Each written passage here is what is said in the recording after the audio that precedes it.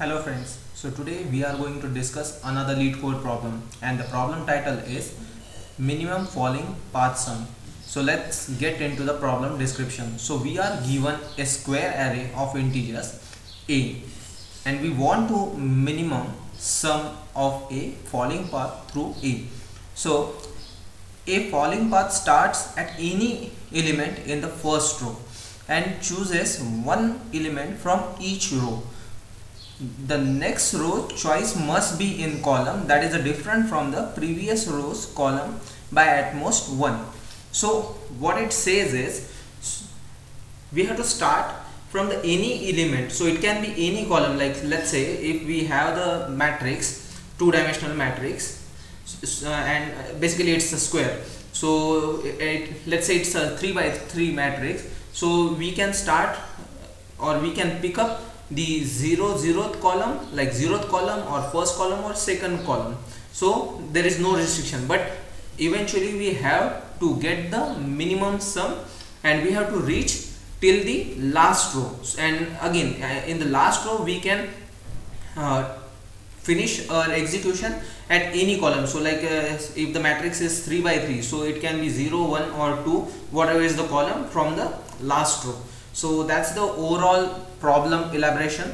Now if we see the example 1, so here we are given a two-dimensional matrix like 1 2 3 in the first row, second row is 4 5 6 and the last row is 7 8 9.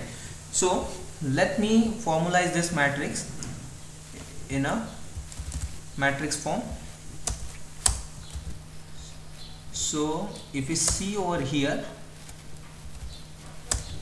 so what they are showing is, so let's say if we start from the 1, so either we can have the matrix like straight 1 4 7, this way we can go, otherwise we can go like 1 then 4 and then 8.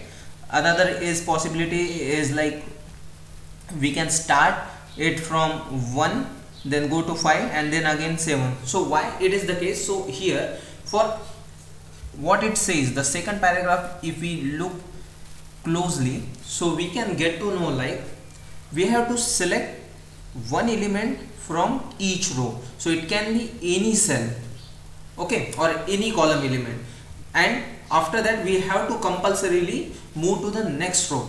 And again on the next row we can have the three possible choices. One, we can take the immediate down element, or we can take the previous element from the down row. That is, let's say if we consider the I as a row and j as a column. So right now if we, let's say if we are at the ith position, so if we consider the next row element, so there are three possibilities. So possibilities are like, let's say we are at this current position, so we can have the three possibility. One, we can pick like I1 in the next row and the similar element, or we can pick from the next row's previous element, that is j minus 1, and third possibility is from the next row we can pick the next element of the, or the next column from the next row. So these are the three possibilities: I plus 1 comma j, then second is I plus 1 j minus 1, that is the previous column of the next row, and the third is I plus 1 j plus 1, that is the next row's next column.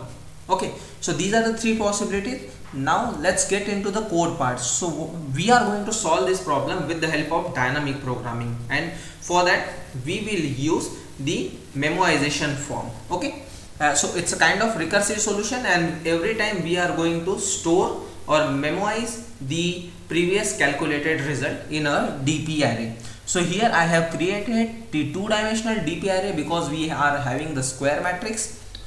Next thing, this is the answer which is going to have the final result. So the same is written over here at the last statement of this method. Then I am initializing this DP matrix or DP array over here. So its length, like length of the rows and length of the column is same as the A, that is a square matrix. Then what I am doing over here, I have created a for loop. So it starts from the 0th column and it reaches or it traverses till the end of the square matrix. So that's why this loop starts from 0 and reaches till the end point. And every time what we have to do is, for every element of the first row, we have to make sure are we going to get the smallest path or the shortest path till the last row. So here I have written a function DFS. What it does is, in the DFS, every time we have to start from, this is the square matrix, and again we have to start from the 0th row. That's why I have explicitly marked as a 0, and this is the I. So it's going to increment as per the column. So first the column will be 0, then 1, then 2, and so on. So every time it will call this DFS function based on the column value. Now coming to this DFS function part. So at very first step, this is the base condition I have written over here. So as soon as we reach to the last row of the matrix, so that is the base case. So whatever value that particular cell has, we just have to return it. So this is simple base case. Another thing is, this is a very traditional step. Every time we go inside the memoization, so first thing we check after the base condition is whether we have the pre-calculated value for that particular state. So, or here we can say particular row and column. So if it is non-zero, then we have to simply return it, otherwise it goes to the next part. So again here I am creating the result variable which keeps the maximum value. Now here I am created a calculate variable, so it just picks up the value of that particular cell, that is a of row and column. After that, here is the formula which we have derived over here. Okay, so here we are going to have the three choices. So if you take a look at these things, so here what we are doing is, we are first going to the next row in every DFS call. This is the r plus 1, r plus 1, r plus 1.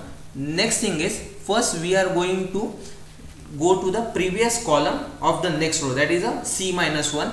In the next step or in the next DFS call, we are just simply going down, so we are not changing the column value, that's why c is kept as it is. And in the third choice, what we are doing is, we are going to the next row and its previous its next column, that is a c plus 1.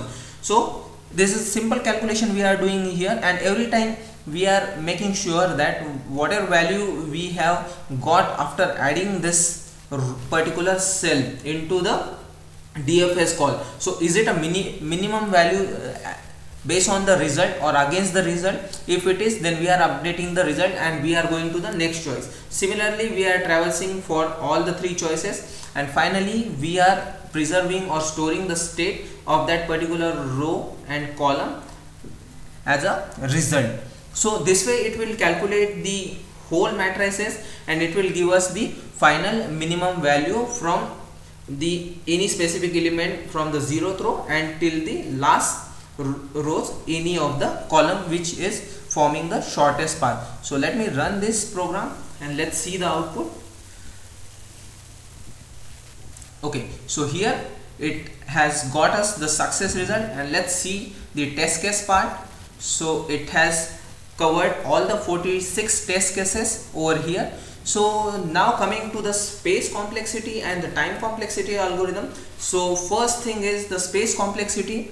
Here I am forming the DP matrices to be two-dimensional. So the space complexity is big O of m into m.